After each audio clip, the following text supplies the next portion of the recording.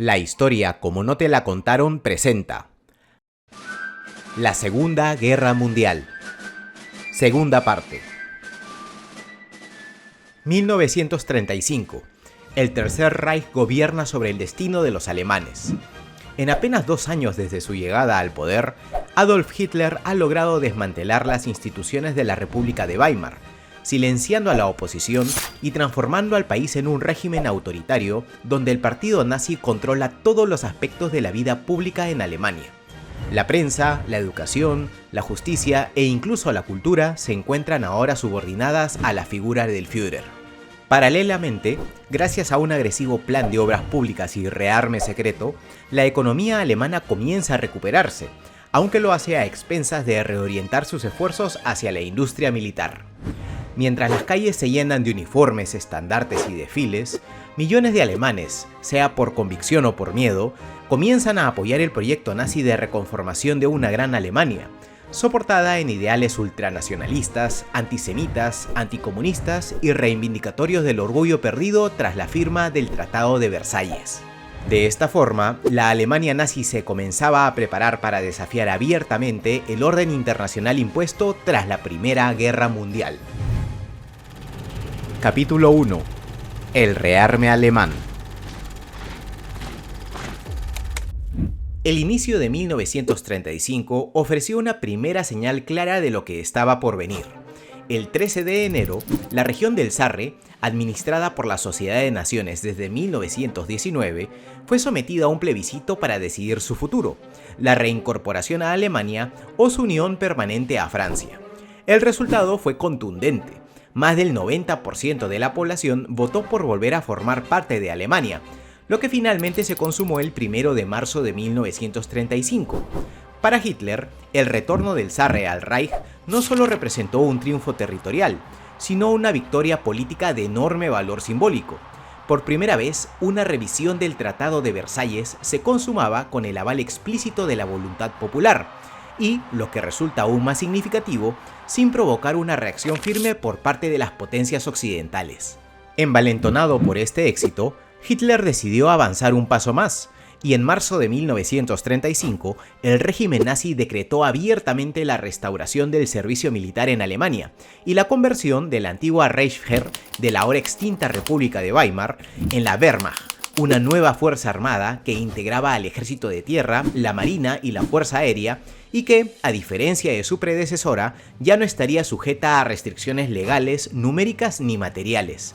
De esta forma, el rearme alemán dejó de ser un secreto a voces y se transformó en un desafío abierto al sistema de Versalles, evocando los fantasmas aún recientes de la Gran Guerra. Ante esta escalada en el nivel de tensión internacional, Italia, Francia y el Reino Unido intentarían articular una respuesta común frente al desafío planteado por Hitler. Para ello, en abril de 1935, representantes de las 3 potencias se reunirían en la ciudad italiana de Stresa y acordarían formar el llamado Frente de Stresa, un acuerdo concebido para preservar el equilibrio europeo y contener las violaciones alemanas a los tratados de posguerra. De hecho, durante algunas semanas, parecía que Hitler tendría que enfrentar una respuesta coordinada. Sin embargo, esta aparente firmeza ocultaba profundas fisuras. El 18 de junio de ese mismo año, en un intento por evitar una confrontación directa con Alemania, el Reino Unido, ya bajo el gobierno del primer ministro Stanley Baldwin, firmaría de manera unilateral un tratado naval con el Tercer Reich, mediante el cual se reconoció su derecho a reconstruir una marina de guerra, aunque limitándola al 35% del tonelaje total de la Royal Navy. Para Hitler, este acuerdo representaba una victoria diplomática importante, pues significaba que la principal potencia marítima del mundo legitimaba el rearme alemán y le concedía un margen de acción sin necesidad de desafiarla abiertamente. Sin embargo, la reacción de los otros socios del Frente de Stresa no se hizo esperar. Francia e Italia interpretaron el Tratado Naval Anglo-Alemán como una traición al espíritu del acuerdo que debía constituir un bloque sólido frente a Alemania. En París, la firma confirmó una sospecha incómoda. No era posible confiar plenamente en una acción coordinada con sus aliados. Esta percepción reforzó una convicción ya arraigada en la dirigencia francesa. Frente a una Alemania cada vez más audaz, el mejor seguro era la defensa, una apuesta materializada en la consolidación de la línea Maginot, el vasto sistema de fortificaciones fijas que Francia había comenzado a levantar desde comienzos de la década de 1930 a lo largo de su frontera oriental. Mientras tanto, en Italia, las consecuencias de esta ruptura fueron igualmente profundas. Para Benito Mussolini, el episodio confirmó que las potencias democráticas, confiadas en la solidez de sus medios militares o absorbidas por sus propias crisis internas, no estaban dispuestas a oponerse con firmeza a una política expansionista mientras no mediara una provocación abierta. Pero esta aparente permisividad tendría, además, un efecto decisivo sobre el dictador. Y es que, desde su llegada al poder, Benito Mussolini había construido buena parte de su discurso sobre la idea de la victoria mutilada, la convicción de que Italia, pese al enorme costo humano y económico pagado al combatir junto a Francia y el Reino Unido en la Gran Guerra, había recibido recompensas territoriales insuficientes en comparación con lo prometido formalmente por sus aliados o con las propias expectativas creadas. Sin embargo, al constatar que el equilibrio europeo descansaba más en la prudencia que en la disuasión efectiva, el dictador italiano concluyó que el momento era propicio para corregir aquella supuesta injusticia y avanzar en su largamente anhelado proyecto imperialista. Fue así que el 3 de octubre de 1935, sin que mediara una declaración formal de guerra, las fuerzas italianas estacionadas en sus territorios coloniales de Eritrea y Somalia recibirían la orden de lanzar una ofensiva contra Abisinia, uno de los pocos estados africanos aún independientes.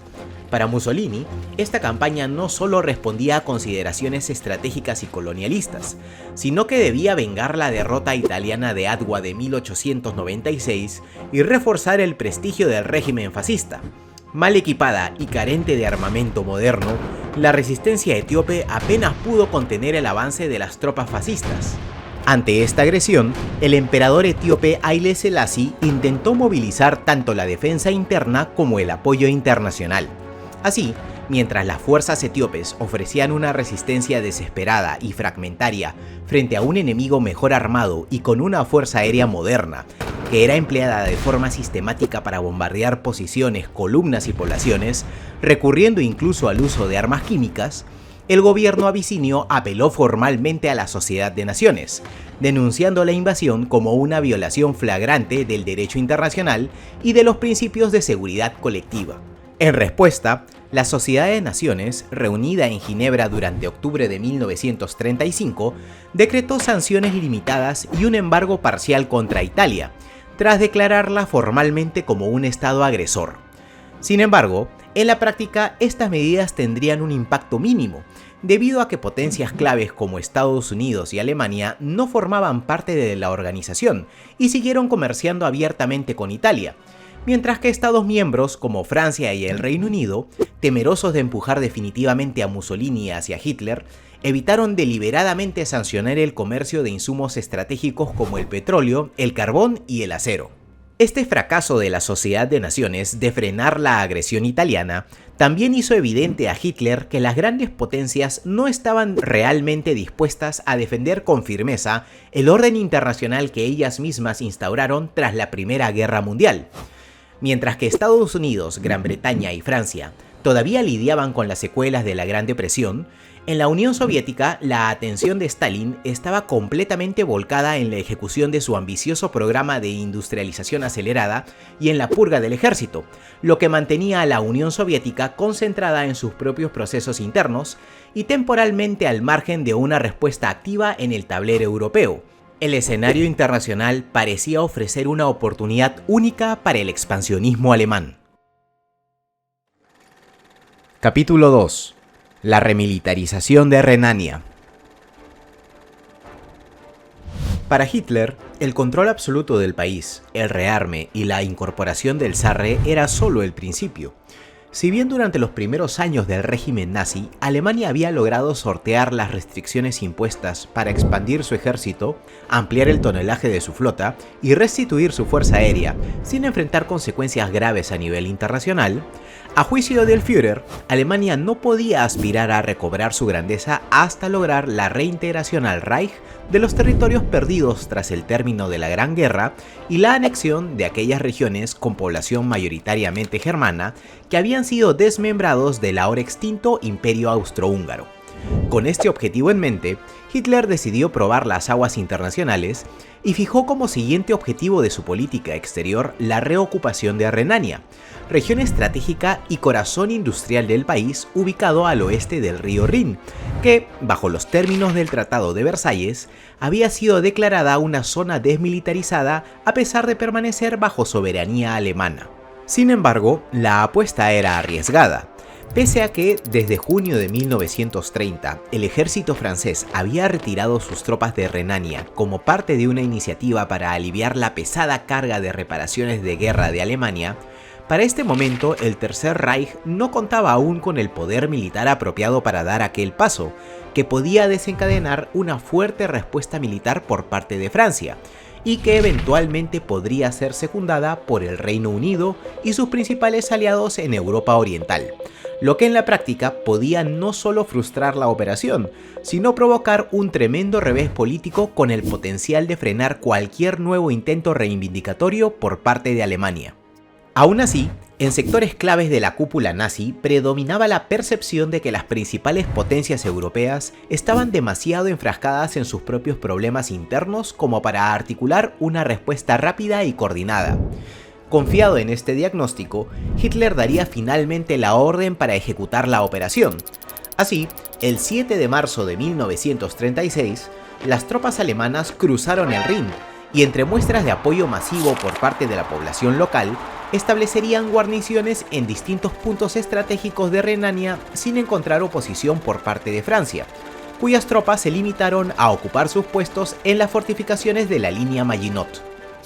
Pese a lo arriesgado de la operación, la apuesta hecha en la remilitarización de Renania le otorgó a Hitler su primera victoria significativa en materia de política exterior, lograda a cambio de una exigua resistencia internacional.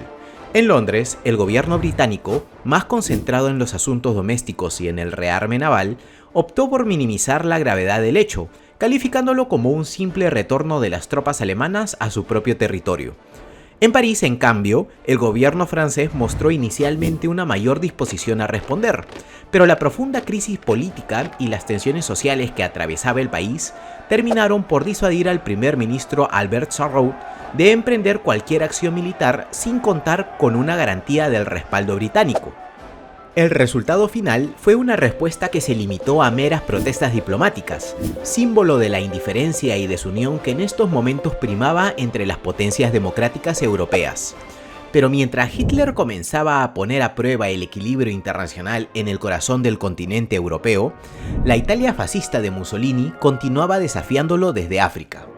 El 5 de mayo de 1936, apenas 2 meses después del avance alemán sobre Renania, las noticias anunciarían la entrada de las tropas italianas a Addis Abeba, capital de Abisinia, marcando así el colapso definitivo de la resistencia organizada etíope frente a la invasión fascista. 4 días después, Mussolini proclamaría la anexión total de Abisinia al Imperio Italiano, uniéndola con Eritrea y Somalia en la llamada África Oriental Italiana, y como culminación simbólica de esta conquista, el rey Víctor Manuel III sería proclamado emperador de Etiopía, formalizando la incorporación de los nuevos territorios a la monarquía italiana y sellando el paso decisivo hacia la expansión colonial largamente ambicionada por el régimen fascista. La condena de la Sociedad de Naciones fue rápida, pero volvió a resultar ineficaz, y apenas 8 semanas después de la caída de Addis Abeba, las pocas sanciones impuestas a Italia serían levantadas.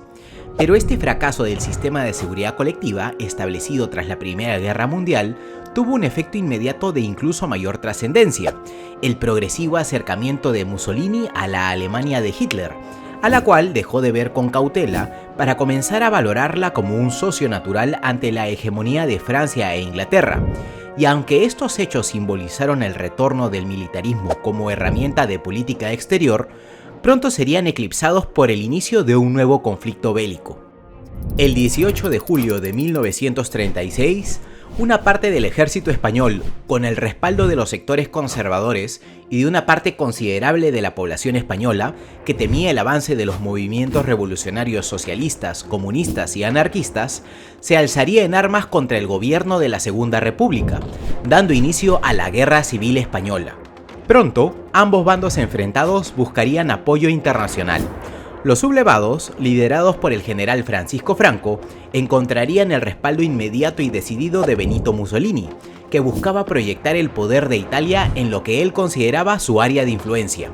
Y poco después, la Alemania nazi de Hitler también ofrecería su apoyo, decidido a combatir la expansión del comunismo en Europa. Este hecho resultaba crucial, ya que supondría la primera vez que ambas potencias totalitarias se alinearían en un mismo bando, convirtiéndose en aliados de facto y consolidando así la alianza que más tarde se conocería como el eje Berlín-Roma.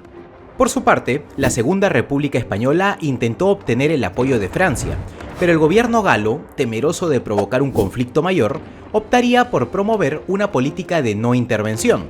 En su lugar, la ayuda llegaría de un actor inesperado, la Unión Soviética. Y es que Stalin vio en la Guerra Civil Española una oportunidad para demostrar el compromiso soviético con la causa comunista, enviando armas y municiones e impulsando la creación de las brigadas internacionales, que convocaron a decenas de miles de voluntarios antifascistas de todo el mundo. Así, la Guerra Civil Española se convertiría en un campo experimental para las potencias autócratas de Europa, donde nuevas doctrinas militares, estrategias de combate y armamento serían puestos a prueba. Además, marcaría un punto de inflexión en la historia de la guerra, ya que por primera vez la población civil se convertiría en un objetivo principal deliberado, sufriendo bombardeos masivos y represalias sistemáticas por parte de ambos bandos. Mientras España se desangraba en una guerra interna, en el centro del continente europeo, Alemania continuaba avanzando con paso firme en su agenda internacional.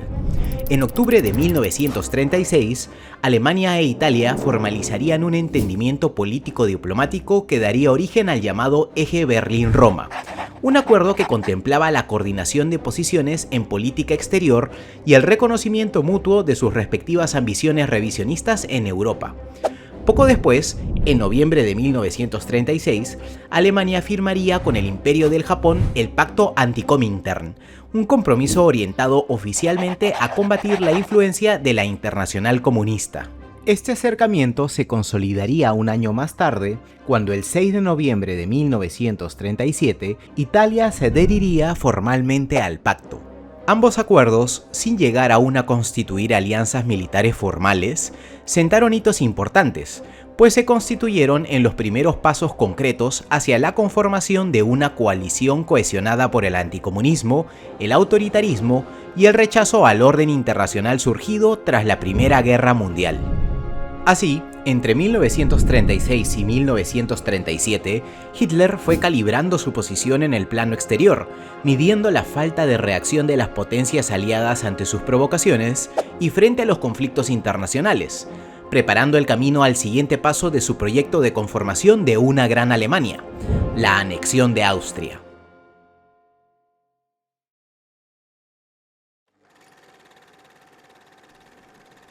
Capítulo 3. La anexión de Austria. Tras el fin de la Gran Guerra y la firma del Tratado de Saint-Germain, Austria quedó despojada del gran imperio que alguna vez ostentó bajo el reinado de los Habsburgo, perdiendo en el proceso gran parte de su tejido industrial y su acceso a recursos naturales estratégicos, que pasaron a quedar ubicados en los territorios de los diferentes estados sucesores del Imperio Austrohúngaro o en los territorios anexados por las potencias aliadas. Como resultado, Austria quedó convertida en un pequeño estado plagado de grandes problemas económicos y estructurales que minaban su propia viabilidad como nación.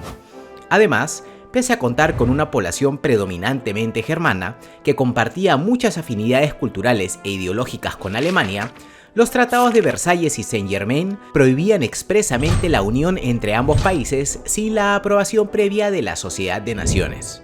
Ya para 1933, Austria parecía enrumbar su curso lentamente, pero en ese proceso el país se vio transformado en un régimen autoritario de corte fascista, fuertemente inspirado en el modelo italiano y gobernado por el canciller Engelbert Dollfuss, líder del Frente Patriótico y amigo cercano de Benito Mussolini.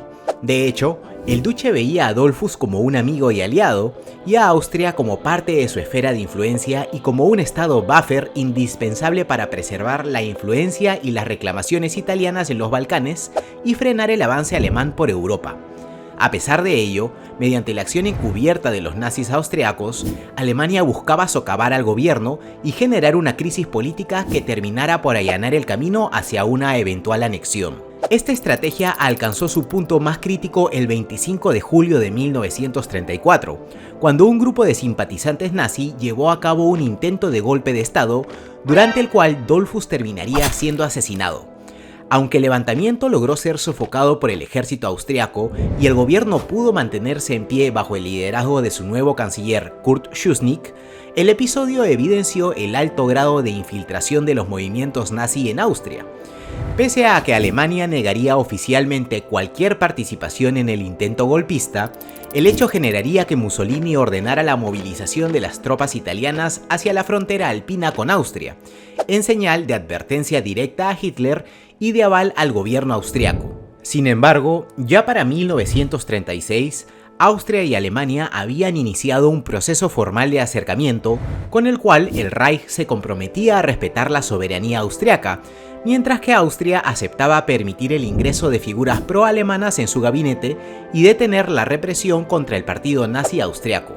Así, bajo esta fachada de reconciliación, el régimen nazi aceleró su infiltración en las instituciones austriacas, colocando simpatizantes en cargos estratégicos con la esperanza de que Austria fuera progresivamente satelitada al Tercer Reich. Este proceso se vería interrumpido a comienzos de 1938, cuando Kurt Schuschnigg, cada vez más preocupado por la pérdida de autonomía de su país, decidió defender la soberanía austriaca, retomando la represión contra los simpatizantes pro-alemanes, así como buscando discretamente el apoyo externo de Francia, el Reino Unido y de Italia, su antiguo aliado. Enfurecido por el rumbo que Austria tomaba en su relación con Alemania, Hitler convocaría a Schuschnigg a conferenciar en Berchtesgaden, cerca de la frontera alpina entre ambos países, donde el futuro de Austria sería puesto sobre la mesa. La reunión privada se llevaría a cabo el 12 de febrero en la residencia de Hitler, ubicada en los Alpes bávaros. Allí, Schuschnigg sería sometido a una violenta represión por parte del Führer, quien le exigiría la legalización total e inmediata del partido nazi, la liberación de sus miembros encarcelados y la entrega del control del Ministerio del Interior al líder nazi austriaco Arthur Seyß-Inquart, bajo amenaza de intervenir militarmente en Austria si sus condiciones no eran aceptadas. Sin contar con respaldo internacional ni capacidad militar para resistir, Schuschnigg terminaría accediendo a las condiciones impuestas, buscando con ello preservar la autonomía de Austria. Sin embargo, al volver a Viena y en un último intento por frenar esta aparente pérdida de autonomía, Schuschnigg convocaría un plebiscito para determinar la voluntad del pueblo de permanecer independientes o integrarse a Alemania, aunque para la consulta popular las papeletas serían diseñadas para favorecer la alternativa pronacionalista. Enfurecido por las intrigas del canciller austriaco, Hitler lanzaría un ultimátum exigiendo la cancelación inmediata del referéndum y la dimisión del canciller. Ante la amenaza de una invasión militar, y sin contar con el apoyo de Italia, que para este momento comenzaba a alinearse con Alemania, el 11 de marzo de 1938, Schuschnigg renunciaría al cargo de canciller, siendo reemplazado por Arthur Seyß-Inquart. Poco después, el otrora canciller austriaco sería arrestado y recluido en un campo de concentración. Con el camino allanado para la anexión de Austria, el 12 de marzo de 1938, las tropas alemanas marcharían sobre las principales ciudades austriacas, donde lejos de ser confrontadas por sus fuerzas armadas, serían recibidas con entusiasmo por gran parte de la población. Hitler, quien también era austriaco, regresaría triunfante a la capital donde había vivido en la pobreza antes de la Primera Guerra Mundial, y desde el balcón del Palacio Imperial ubicado frente a la Heldenplatz de Viena, proclamaría ante una multitud exaltada la integración de Austria a Alemania, pasando a convertirse en la provincia de Ostmark. Finalmente, el 10 de abril, un plebiscito organizado por el nuevo gobierno pronazi encabezado por Seyss-Inquart arrojaría un resultado abrumador a favor de la unificación entre ambos países, sellando definitivamente la incorporación de Austria al Tercer Reich. La anexión de Austria supuso para Hitler un enorme triunfo propagandístico que consolidó su política de reunificación de los germanoparlantes bajo un solo Reich. Además, la incorporación de los recursos naturales, la industria y la población austriaca significó un incremento significativo de la capacidad económica y militar del régimen nazi, que lentamente se preparaba para desafiar la hegemonía de las naciones triunfantes de la Primera Guerra Mundial. Para Hitler, la lección era clara: la política de hechos consumados funcionaba y el riesgo calculado daba resultados, facilitados en parte por la pasividad de las potencias occidentales y especialmente por el viraje diplomático de Italia, que tras años de intentar oponerse a la influencia alemana, había comenzado a acercarse al Tercer Reich. Con Europa dividida por la desconfianza y distraída por conflictos internos, el Führer comenzó a preparar su siguiente movimiento. Pero esta vez, el objetivo no sería una región administrada por la Sociedad de Naciones, ni un estado debilitado y aislado como Austria. Su mirada se posaría sobre Checoslovaquia, un país clave para el equilibrio europeo, una democracia joven, industrialmente poderosa, sólidamente fortificada y estratégicamente situada en el centro del continente.